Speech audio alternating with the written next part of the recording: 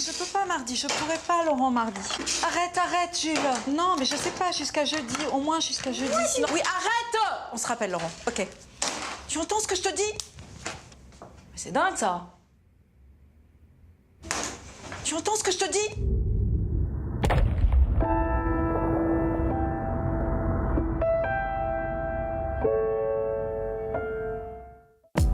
Il n'y a pas de petite claque. Voilà le message lancé cet été par la Fondation pour l'enfance à la télé. Sur Internet, on compte plus de 10 000 commentaires. La campagne a fait son effet, pas sûr pourtant qu'elle empêche claques et fessées. Une bonne baffe n'a jamais fait de mal, faut les dresser les gosses, point. Celui qui a fait cette campagne mérite une bonne torgnole dans sa gueule. C'est fantastique, ça. Des réactions qui n'étonnent pas vraiment le docteur Lazimi, coordinateur de la campagne. Ça gêne parce qu'on vit dans une société où on a peur des enfants. Ça gêne parce qu'on vit dans une société où, culturellement, religieusement, on a toujours pensé que l'enfant qui naissait était un être tout fait et qu'il était potentiellement dangereux et qu'il fallait le dresser. Or, pour le docteur Lazimi, le dressage n'est pas une option. Il milite pour que la France vote une loi interdisant aux parents de lever la main sur leur enfant. Aujourd'hui, on peut, au sein de sa famille, frapper son enfant. C'est une violence, c'est inacceptable. L'enfant a des droits, il n'a pas des mini-droits. Donc c'est vraiment important qu'il y ait une loi qui dit symboliquement « Nul n'a le droit de frapper qui que ce soit, et encore moins un enfant ». Des lois anti-fessées, il en existe déjà un peu partout en Europe. Depuis 2008, le Conseil de l'Europe en a d'ailleurs fait une priorité. Mais la France fait de la résistance. 2 propositions de loi ont été déposées en 2009 et 2010, mais elles n'ont jamais été inscrites à l'ordre du jour.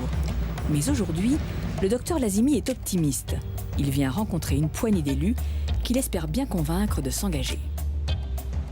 Là, je suis confiant. Il y a 4 ans, il n'y avait qu'un seul parti politique qui nous accueillait. Aujourd'hui, il va y en avoir 4. Donc là, vraiment, je pense que ça va avancer.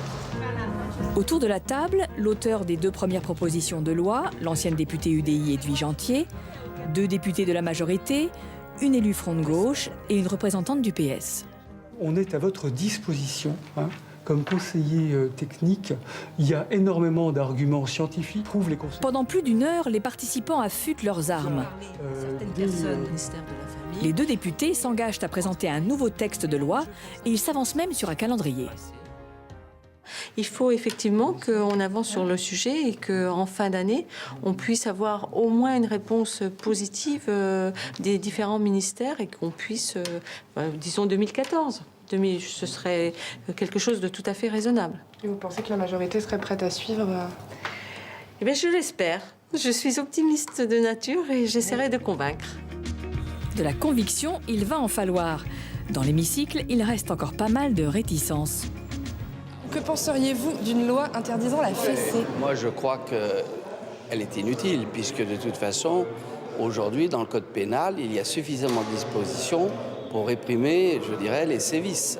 Jamais considéré qu'une tape sur les fesses faisait partie d'un châtiment corporel pour ce qui me concerne. Laissons aux parents le discernement de l'éducation de leurs enfants. La France a d'autres problèmes pour qu'on n'y passe pas trop de temps non plus. Mais en cherchant bien, on a quand même trouvé un député anti-claque. Je pense qu'il y a d'autres moyens de punir. Et donc je pense que l'initiative n'est pas idiote. Rendez-vous en 2014 à l'Assemblée pour une bataille de claques. Pierre,